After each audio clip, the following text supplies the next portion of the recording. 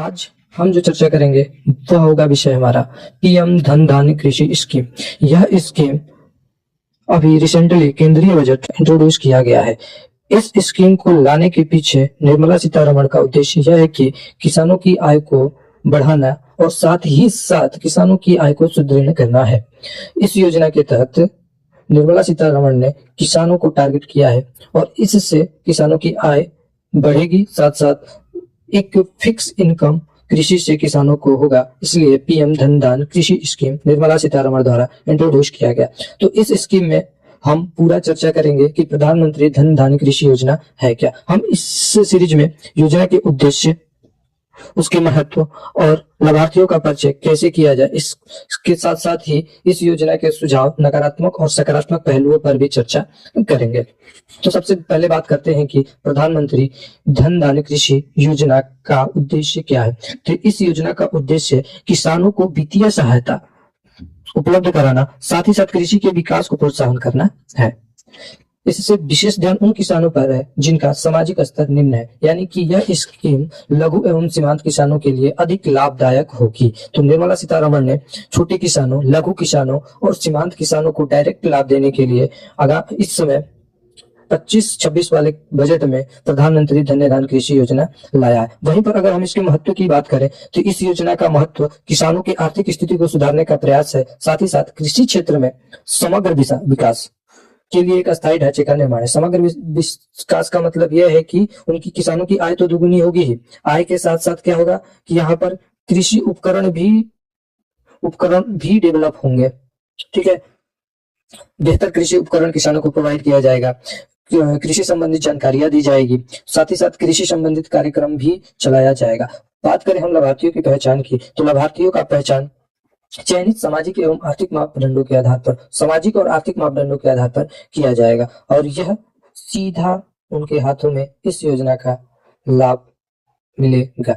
आइए आगे चर्चा करते हैं इस योजना के बारे में। पीएम धन धान्य कृषि योजना कृषि जिलों का विकास कार्यक्रम, यानी कि इस योजना के तहत सीधे भैया कृषि जिलों का इंगित किया जाएगा और इस योजना में 100 कृषि जिलों को टारगेट किया जाएगा जिसमें निम्न उत्पादकता हो, फसलों की कम बुआई हो और साथ ही साथ ऋण की उपलब्धता कम हो। अर्थात कहने का मतलब यह है कि इस योजना के तहत ऐसे 100 जिलों को इंगित किया जाएगा जहां पर कृषि उत्पादकता कम हो, फसलों की कम बुआई होता हो और जहां पर ऋण की उपलब्धता कम हो। ऐसे जिलों को टारगेट किया जाएगा और सीधा उसमें कृषि के विस्तार के लिए काम किया जाएगा।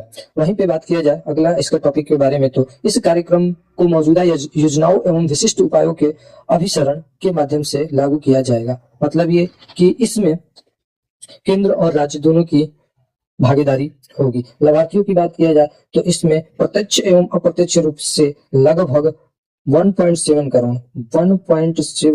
करोड़ लघु एवं सीमांत किसान लाभान्वित होंगे। तो यह योजना एक बड़ी ही महत्वपूर्ण योजना है जो किसानों के लिए हमारे वित्त मंत्री श्रीमती निर्मला सीतारमण ने लेके आया है। चलिए थोड़ा सा इसके बारे में विस्तृत चर्चा करते हैं कि पीएम धन धान्य कृषि योजना के उद्देश्य क्या है। तो यहाँ पर फसल विविधीकरण की बात की गई है। फसल विविधीकरण का मतलब ये कि फसलों की वेरायटी होगी, यानी फसल पैटर्नों को बढ़ावा देने के लिए किसानों को बेहतर मूल्य प्राप्ति एवं समर्थन प्रदान करेगी सरकार। और वहीं पे अगर इसके दूसरे उद्देश्य की बात करें तो टिकाऊ एवं जलवायु लचीली खेती की जाएगी। मतलब ये कि जहां पर जलवायु जैसी है और जो कृषि उस जलवायु के लिए उपयुक्त है, उसी खेती को बढ़ावा दिया जाएगा। मतलब कि अगर जहां पर ज्यादा वर्षा हो रही है तो वहां पर ज्यादा पानी वाले फसल ही उगाए जाएंगे और जहां पर कम वर्षा हो रही है वहां पर कम पानी वाले फसल उगाए जाएंगे। इससे क्या होगा कि हमारे फसल क्या होंगे, अच्छे होंगे और जलवायु लचीलेदार कृषि विकसित होगी। तो इस योजना का उद्देश्य यह है कि फसल विविधीकरण यानी कि फसलों की वैरायटी पर भी ध्यान दिया जाएगा, साथ ही साथ लचीलेदार जलवायु वाली खेती पर भी ध्यान दिया जाएगा। साथ ही अगर बात करें तो किसानों के लिए वित्तीय सहायता भी प्रदान करेगी सरकार। इसमें किसानों के लिए वित्तीय सहायता प्रदान करेगी किसान। वित्तीय सहायता यानी कि आसान किस्तों पर किसानों को ऋण उपलब्धता कराई जाएगी। अभी केंद्रीय बजट में निर्मला सीतारमण ने केसीसी यानी किसान क्रेडिट को बढ़ा करके 5 लाख कर दिया है। इससे क्या होगा कि किसानों की आय बढ़ेगी, वह बेहतर उपकरण खरीद पाएंगे, खेती के लिए अच्छी गुणवत्ता वाले बीज खरीद पाएंगे, साथ ही साथ अधिक उन्नत कृषि तकनीकी का इस्तेमाल भी वो अपनी खेती में कर पाएंगे। साथ ही साथ इस योजना के तहत टारगेट किया गया है कि फसलों के भंडारण क्षमता को बढ़ाना है।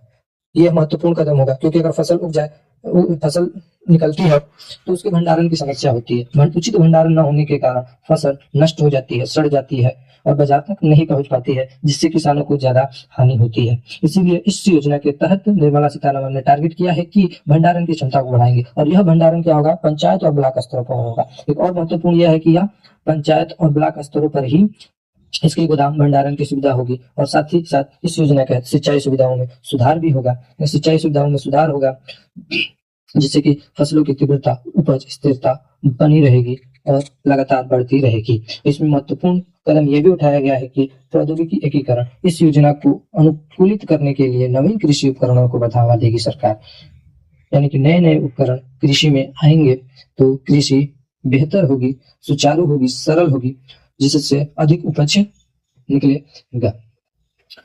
इस योजना की अगर बात करें तो सार्वजनिक प्रतिक्रिया और सुझाव क्या है। सार्वजनिक प्रतिक्रिया भी होनी चाहिए, क्योंकि कोई भी मुद्दा हो उस पर अगर डिस्कशन ना हो, ठीक है, उसके बारे में सुझाव ना लिया जाए और वह सुझाव नकारात्मक हो, सकारात्मक हो, अगर वो न लिया जाए और उसके पहलू पर चर्चा न की जाए तो वह योजना विफल हो जाती है। तो इसके बारे में हम थोड़ी सी चर्चा करेंगे कि इसमें लोगों की राय क्या है, नकारात्मक और सकारात्मक पहलू क्या है। लोगों की राय, लाभार्थी और समुदायों के सदस्यों से मिली प्रतिक्रिया योजना की वास्तविकता का प्रतिबिंब होती है। कहने का मतलब यह है कि लोगों की राय क्या होता है, किसी भी योजना की वास्तविकता को जांच करने के लिए होता है। अगर हम लोगों की राय ले रहे हैं, उनका ओपिनियन ले रहे हैं, तो वह उस योजना को एक आईना दिखाने का काम करती है कि हाँ, वह योजना कहाँ तक सफल है।